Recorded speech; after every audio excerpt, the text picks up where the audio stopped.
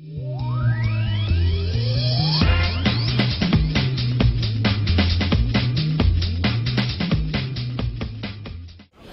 Thum, thank you for joining Edinburgh Festival's magazine at the Cow Pasture. Thank you for having me. It's wonderful that you're back at the Edinburgh Festival. You're known, of course, for being part of the, well, amongst other things, being part of the Thum crew. Indeed. Who we had here for 2 years, and I think there's quite a lot of hype and expectation for your show, not to put the pressure. No pressure. But because people loved what you did with the Thum crew. So tell us about your show this year. What can people expect? So basically, there's parts which I've done in the Thum crew, but it's given me a chance to not just be like, hey, I'm a beatboxer, 5 minutes, go, off. It's kind of the manifestation of of everything that I think is funny or amusing, and then I just went, hey, let's put it in the tent and see what happens. So is it kind of stand-up and beatboxing? And not intentionally. Yeah. I mean, I didn't go to it like, hey, I'm going to write some funny jokes. And they just came. Yeah, it's just a natural kind of thing, you know. No. Is the beatboxing itself, is it a natural thing? Like, I mean, it's amazing what you can do with your voice. Were you just born able to? Well, I didn't beatbox when I was a baby, as far as I know. No, I think it's something that I've worked on for many thousands of years, many years, and yeah, it's just something that like you have to practice and practice, and then eventually you wind up in a giant purple cow. Everyone's dream. Yeah, upside down. As you do. Cow. Yeah. Even better. Did you? I mean, what brought you into it? Did you watch other people online, or was it kind of?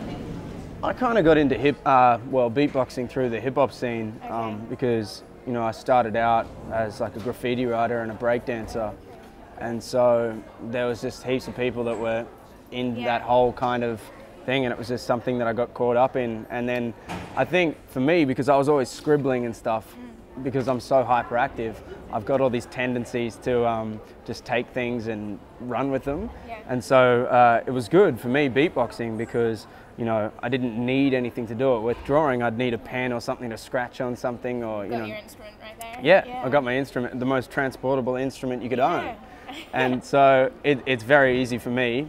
Awesome for me, annoying as hell for everyone else. Right. I mean, I noticed just before we started the interview, you started sort of unintentionally. Yeah, like I do a whole part, like explaining this whole thing in my show, like about how it is such an obsessive compulsive kind of thing. Like I walk around a lot and just suddenly break into song, and it means nothing to me, but everyone else must be like, doing your outside show. And I always get really awkward when there's street performers that are in character that kind of come up to me and like, hey, I'm a street performer.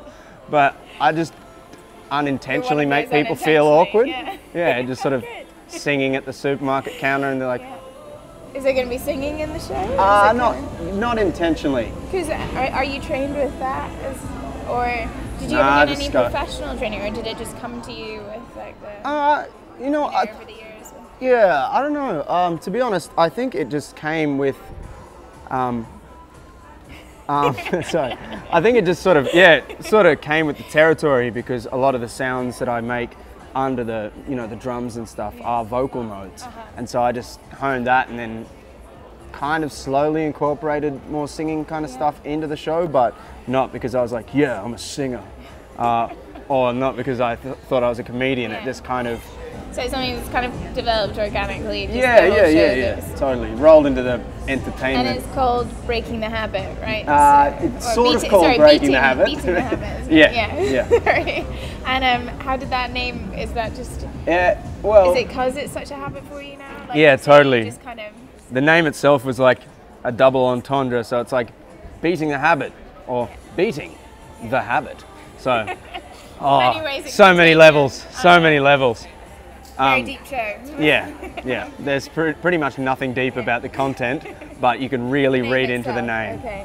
And congratulations, because I know you won the Edinburgh Underbelly Award at the Adelaide Festival, which is a fantastic achievement. Yeah, I didn't even know there was an award. And so I was pretty happy that I won something. Yeah. But the main important thing is winning the hearts of the audience. Right, okay. So I play some really outrageously up themselves characters in my show, and I'm constantly developing them. Everyone loves to hate the performers. Yeah. And a lot of the time people are like, is he acting or is he just a dick? But yeah. Well, leave them to question that. But, yeah. But certainly, I mean, there's a huge billboard for you out there. It's got amazing reviews on it. The billboard's bigger than my room. You've been, yeah. Well, actually, yeah, I can believe that in the festival. It's find the accommodation where you can. But I read as well. See, someone said Thum appears to have swallowed an entire orchestra and several backing singers. That's quite impressive. Yeah. How do you manage that? I assume you didn't. So. No, I didn't. A lot of people have made some very crass comments about that particular quote. Yeah. They're like, all of them, you naughty, naughty man. Very greedy. Yeah. Yeah, I don't know. It's just one of those things that you practice, and like I might find a sound and then develop it. For example, I went from a siren sound, which is like a like that, and then if you put, your whole, instead of just putting your teeth like this, you kind of put all your teeth on your bottom lip, so you're going like, and then just blowing air out, so you're doing like trumpets, like. You just make that look so easy, and it's not. And it looks terrible, but it sounds alright. We won't mute it. But does it feel weird coming without the tom-tom crew? Yeah, it sucks. Because we haven't done anything. We did a season in Colombia maybe 3 months ago. Wow. Which was pretty awesome. We played in like a 11,000 seat venue, which was pretty nuts for us. Tiny. Well, yeah, I mean, it's not what I'm used to, but no, it's good. But I miss the boys because, last time I was here, it was a lot more like, well, festival. It's quite a party month for a lot of people as well as, Yeah, but I'm here with my girlfriend this time, so she'll keep you in check. Yeah, and so I got to keep my voice like under right, wraps. because surely, I mean, the last time when you say like you're having a great time enjoying the festival, by the end of the month, did it become? Well, yeah, and also I had guys to do backflips to like take the pressure off me. You know what I mean? Yeah, you weren't doing the full show. Yeah. So it wasn't like an hour of me sitting there, and I've never really done anything like this. Like this is only my second season, so of this particular show. So by the end of it, I'll either be very happy or very quiet, and just have no voice whatsoever. But you said you had a couple of days in London, didn't you? Yes. For a few performances there. Yeah. So that was kind of like another preview. It was kind of like another preview, but the problems that mostly arise aren't with the sort of parts of the show. Like the show I've practiced, it's just finding your feet in a new venue, finding your exits and trying to use the space a bit more because I'm used to like smaller stages with my one-man show, and then back in the Cow where we last did Tom Tom Crew, I kind of just want to break out and like swing off something, and you know what I mean? People will enjoy that too.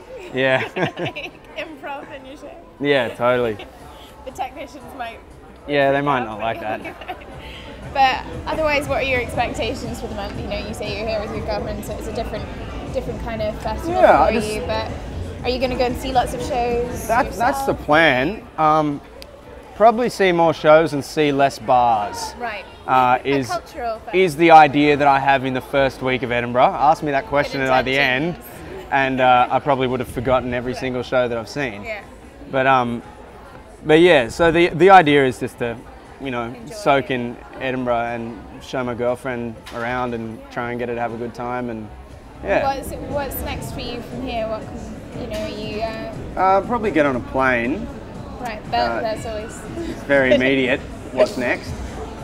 So I think will there be more solo shows? Hopefully, that's the idea. To kind, this is the stepping stone to the rest of the world. I mean, in sort of theatrical sense, in terms of shows like mine. So, and hopefully. I mean, even though you say it's kind of a little more lonely not having the rest of the crew here, but at the same time, is it kind of exciting that you're doing this debut by yourself? You're really testing your... Yeah, to a degree. I mean, I brought one of the crew guys along, Jamie, who's an acrobat in Tom Tom Crew, who I play a lot of music with as well. So he came along for the ride, and we're just going to try and play some gigs just out and about and get amongst it. But It is exciting to go out on my own, but it's kind of a bit nerve-wracking and a bit like, you know, it's like the wounded soldier without his platoon.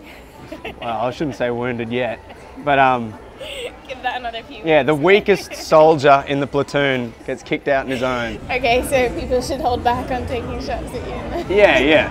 Definitely don't engage me in arm-to-arm combat. Right, good to know. And anything else? So who are you aiming the show at? Is it for anyone who enjoys Anyone? what you guys... Well, yeah, anyone with a high tolerance to me would be ideal for the show.